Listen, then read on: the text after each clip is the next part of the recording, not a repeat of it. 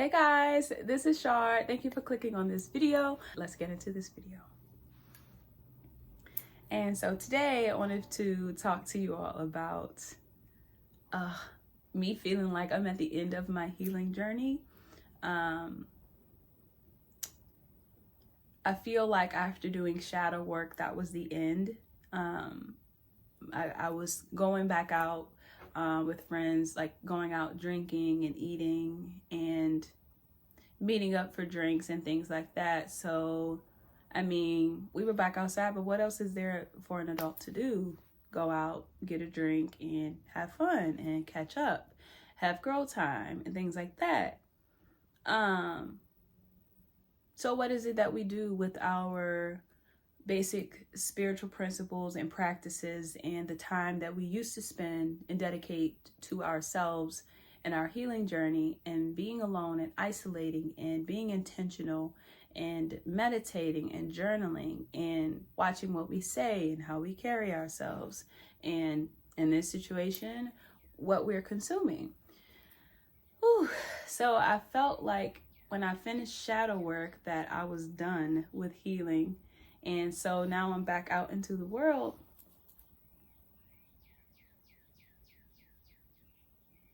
And slowly I forget the things that I practiced. Slowly I forget the things that I've learned. Slowly I'm going back to who I used to be, which caused me to feel disconnected with who I was, right? What I want to say about this is when you feel like you're at the end of your healing journey, you're developing, you're woke now, what do you do now? What do you do afterwards, right? For so long, I thought that it was, a journey to have an end. And that's not really the case with me. Coming to that thought made me look within and to really remember the things that got me started, the things that helped me to feel motivated, the things that helped me to feel good, the spiritual practices that I've had that I turned into rituals, things that helped me to continue to report to myself, the creativity that I felt it was reborn in a sense through all of that work that I did alone, all of the work that I did by myself, all of the work that I was able to express and share with others. So what happens now? Do you go back out to clubbing and drinking and eating? But there's one thing that I had to find out and discover, that no matter what you do, no matter where you are in life, no matter how you're feeling, no matter, virtues and vices, you always have to have a balance. That's what's most important, is that you always have to have a balance. When my anxiety is acting up, I'm out of balance. When I am feeling so much empathy for others to where I am crying on behalf of them, I am feeling things for them that they should feel for themselves, I'm out of balance. When I am eating too much sweets, shout out to my doctor, and not eating enough vegetables, I'm out of balance. When I'm too active, but I'm not getting enough rest, I'm out of balance. When I am oversharing because I have so much to share, and the person or people whom I'm speaking to aren't able to get a couple words in, I'm out of balance. When I'm too opinionated, I'm out of balance. When I feel that I just want to go into hiding and not communicate and not be seen, I'm out of balance. When all I do is focus on work, and no time for play, no time for socializing. I'm out of balance. When I spend so much time with my friends and not focus on spending any time with my family, I'm out of balance. And you see where I'm going with this? Everything that you do in life must have a balance. You can take the good with the bad. I can drink, but just not too much.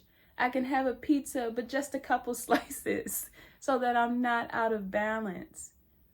Oh, it was so hard, like coming to terms and with understanding that. And I feel like an issue that myself and a lot of my friends and a lot of you out there have is when we work so hard on ourselves and we get to the point to where we're back in, to socializing, and we've picked up on social cues, and we're looking at people's body behavior, and we're looking at people's body language, right? And they're not really taking to you. We're out of balance, or maybe they're out of balance. You can have what you want. I learned that I went about things a little differently, that basically I was kind of like an all or nothing kind of girl. Like with food, if I couldn't eat cheese, then I just wouldn't have a pizza at all. If you made me feel a certain way about myself to where I cannot express myself around you, have a conversation with you where we can't agree to disagree, then I just won't be bothered with you at all. If you make me feel like I cannot express myself and be myself and breathe around you, that I just don't need to be around you at all. And there were so many times where in these instances I had to go without, when I should have realized that yes, I can have, and yes, I can do, and yes, I can speak up for myself, and yes, I can tell you off, and yes, I can tell you about yourself, What a time it is to be alive. Don't be afraid to speak up. Don't be afraid to speak up for yourself. Don't be afraid to speak up for someone else. Sometimes it is easy to play things small. Sometimes it is easy to remain out of balance because maybe you're not ready to step up to the plate and step into your power. Maybe you're not ready to step into your power. But there were a lot of times where when I didn't know that I needed someone to speak life into me, and they did, and it gave me so much validation.